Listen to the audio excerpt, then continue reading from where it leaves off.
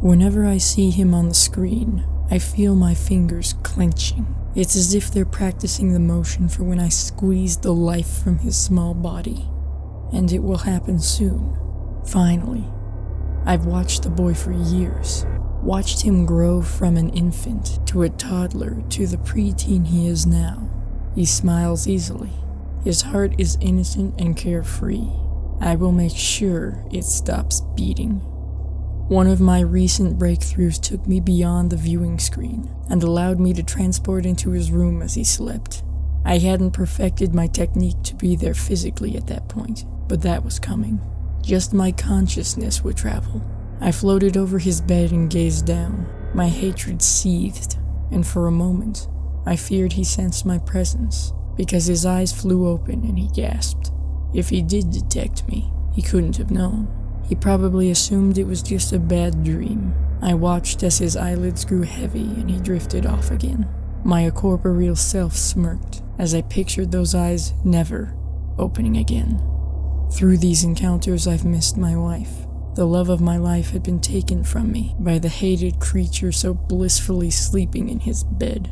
He had no idea what kind of monster he would become in the future. Memories of my beloved soft touch flooded my mind as I estimated how many times I could stab the boy through his face before I'd be forced to stop. Yesterday, I managed to solve the missing part of my experiment. The first few years I was limited to the view screen. A year ago, I conquered the problem of mind movement. Now, finally, I can physically bridge the span of time. My mind and body can cross over. I can stand strong and powerful over the murderer in his bed. His strength will be no match for mine. If he sees me and screams, it won't matter. Help will be too far away. I write this now as I prepare to make that temporal journey to bring my wife back into the world.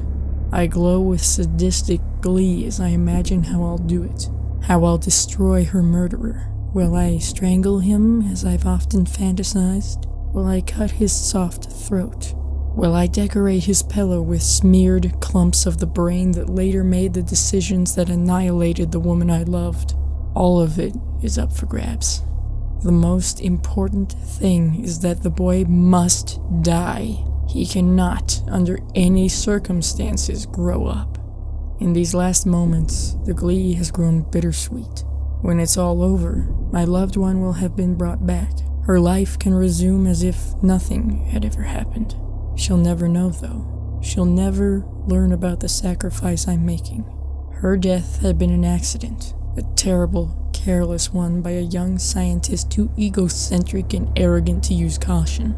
But that accident is about to be reversed. In a few seconds, I'll be going back in time to ensure it will never happen. The thought of her reappearing somewhere safely when I'm finished helps make the prospect of killing the child all the better. Even though it means my wife will have never known me at all. Even though it means I will blink out of existence. It's time to go. Everything I've worked so hard to do is coming to fruition. Should this note remain, let it be the only record of my life after the age of 11. The age I was murdered by my future self.